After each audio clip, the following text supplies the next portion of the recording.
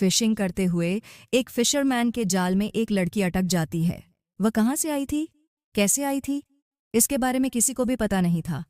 अब आगे क्या होगा आज मूवी में देखने वाले हैं, जिसका नाम है ऑनडेन, जो 2009 में आई एक फैंटेसी रोमांटिक मूवी है। मूवी की स्टोरी बहुत ब्यूटीफुल है और इसकी एंडिंग भी अमेजिंग है, तो इस वीडियो को लास्ट तक जरूर देखिएगा। अगर आपको वीडियो अच्छा लगता है तो प्लीज़ इसे लाइक और कमेंट ज़रूर कर दीजिए। मूवी स्टार्ट होती है और हमें मेन कैरेक्टर साइरक्यूज को देखते हैं, जिसे लोग सर्कस के नाम से बुलाते हैं। सर्कस एक फिशरमैन था जो अक्सर समुद्र में मछली पकड़ने आया करता था। तभी इसके जाल में फिश के अलावा एक लड़की फंस जाती है। वो उसे देखकर बहुत ही ज़्यादा सरप्राइज हो जाता है कि आखिर ये यहाँ पर आई कैसे। वो उसके पास गया और उसके नेट को ओपन किया। वह थोड़ा सा हिल डुल रही थी। वह अभी भी जिंदा है और उसके फेफड़ों में पानी भर गया था, तो सर्कस उसे निकालने में हेल्प करता है। वह बेचारी बहुत ही डर चुकी थी। उसको लग रहा था बो ऑलरेडी मर चुकी है, पर सर्कस उसे यकीन दिलाता है कि बो अभी भी जिंदा है। वह यहाँ पर कैसे आई और उसका नाम क्या था, यह उसे पता नहीं है। सर्कस ने उस लड़की से कहा, मुझे तुमको हॉस्पिटल में लेकर जाना पड़ेगा, पर इसके लिए वो उसे लड़की मना करती है। लेकिन सर्कस मान नहीं रहा था, तो लड़की पानी में कूदने की धमकी देती है, तो सर्कस उसकी बात मान लेता है। वह लड़की किसी को भी देखना नहीं चाहती थी, तो सर्कस ने उससे कहा, मैं एक जगह जानता हूँ जहाँ पर तुम्हें कोई डिस्टर्ब नहीं करेगा। सर्कस फिर उसे अपने मदर के घर पर लेकर आता है। उसकी मदर की डेथ कुछ सालों पहले ही हो चुकी थी। उसे भी अकेला रहना बहुत ही पसंद था, इसी वजह से उस लड़की को यहाँ पर लेकर आया। फिर वो अपना लंच उसे दे देता है। वो ज़रा लेट हो चुका था और आज उसे अपनी बेटी को डॉक्टर के पास लेकर जाना था, तो वो यहाँ से निकल जाता है।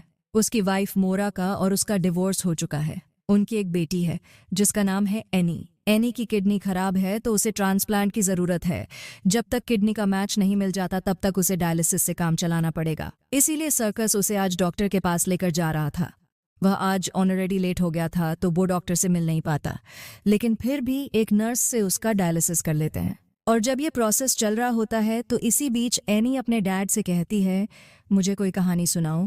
तो सर्कस अपनी बेटी को एक फिशरमैन की कहानी सुनाता है, जिसमें एक फिशरमैन था जो हर रोज़ मछलियाँ पकड़ता था। लेकिन एक दिन उसके फिशिंग जाल में एक खूबसूरत लड़की फंस जाती है। यह सुनकर एनी कहती है, क्या वो सिल्की है जिसके बारे में मैंने चिल्ड्रंस नोवेल में पढ़ा है?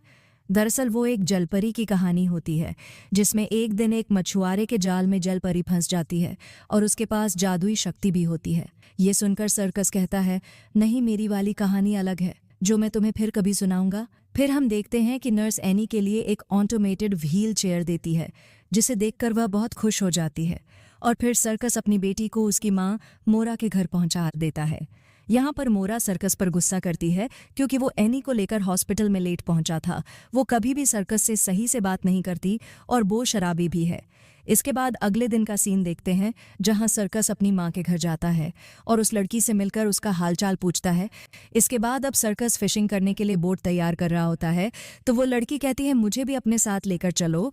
पर सर्कस कहता है, फिशिंग में लड़कियों को ले जाना बैड लक होता है, और वैसे भी आजकल मेरा बैड लक ही चल रहा है। लेकिन उसके जिद करने पर वो मान जाता है। अगले सीन में हम उन दोनों को फिशिंग बोट पर देखते हैं। तभी सर्कस पूछता है, क्या तुम्हें तुम्हारा नाम याद आया है? वो कहती है, अभी तक तो याद नहीं आया, पर तुम मुझे ऑनडाइन बुला सकते हो। अब सर्कस मछली पकड़ना शुरू कर देता है, लेकिन आज उसे मछली नहीं मिल रही थी। इतने में ऑनडाइन बहुत ही खूबसूरत आवाज़ में गाना गाने लगती है और सर्कस देखता है कि ऑनडाइन के गाने की वजह से उसे बहुत ही अच्छी मछलियाँ मिलने लग गई हैं। यह देखकर वो खुश हो जाता है। फिर ऑनडाइन भी उसकी मदद करती है और इस तरह दोनों मिलकर बहुत सारी मछलियाँ पकड़ लेते हैं। इसके बाद वह किनारे पर चले आते हैं और सर्कस मछलियाँ लेकर मार्केट जाने के लिए तैयार हो जाता है। फिर वो ऑनडाइन से कहता है कि तुम हर रोज़ मेरे साथ चल सकती हो और जितनी भी फ़िश सेल करके प्रॉफिट होगा उसमें से कुछ पैसे मैं तुम्हें भी दूंगा। और फिर उसे मार्केट भी चलने के लिए कहता है, लेकिन ऑनडाइन कहती है, मुझे लोगों से मिलना पसंद नहीं है। सर्कस कहता है, तुम मुझसे तो मिलती हो, जिस पर वो कहती है, मुझे सिर्फ तुमसे मिलना अच्छा लगता है। ये कहकर वह चली जाती है। इसके बाद सर्कस मार्केट जाकर फिश सेल कर देता है। फिर एक शॉप में जाकर ऑनडाइन के लिए एक ड्रेस खरीदता है।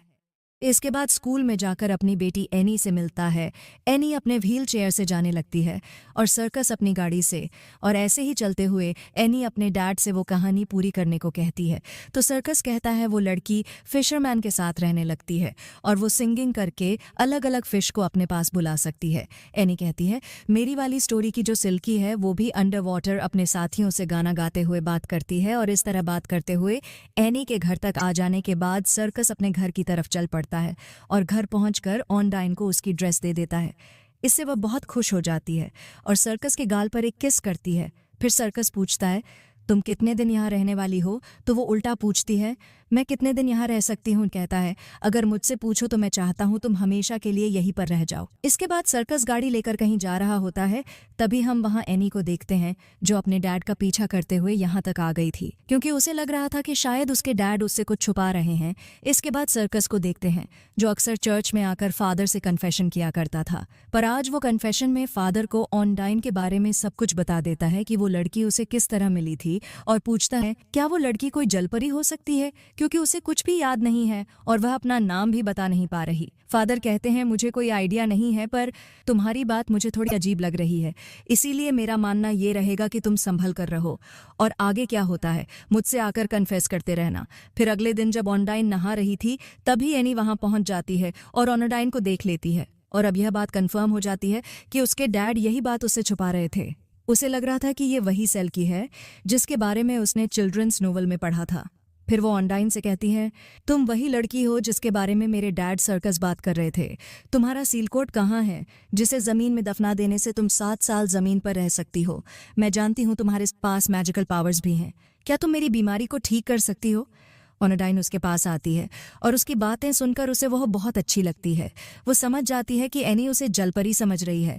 एनी उससे बहुत सारे सवाल पूछती है पर वो कोई जवाब ना देकर खुद को एनी की नोबेल वाली सेल्की ही समझने देती है और कहती है आज से हम फ्रेंड्स हैं। फिर एनी जाने लगती है। तभी वह कहती है कि हम फिर कभी मिलेंगे और बहुत सारी बातें करेंगे।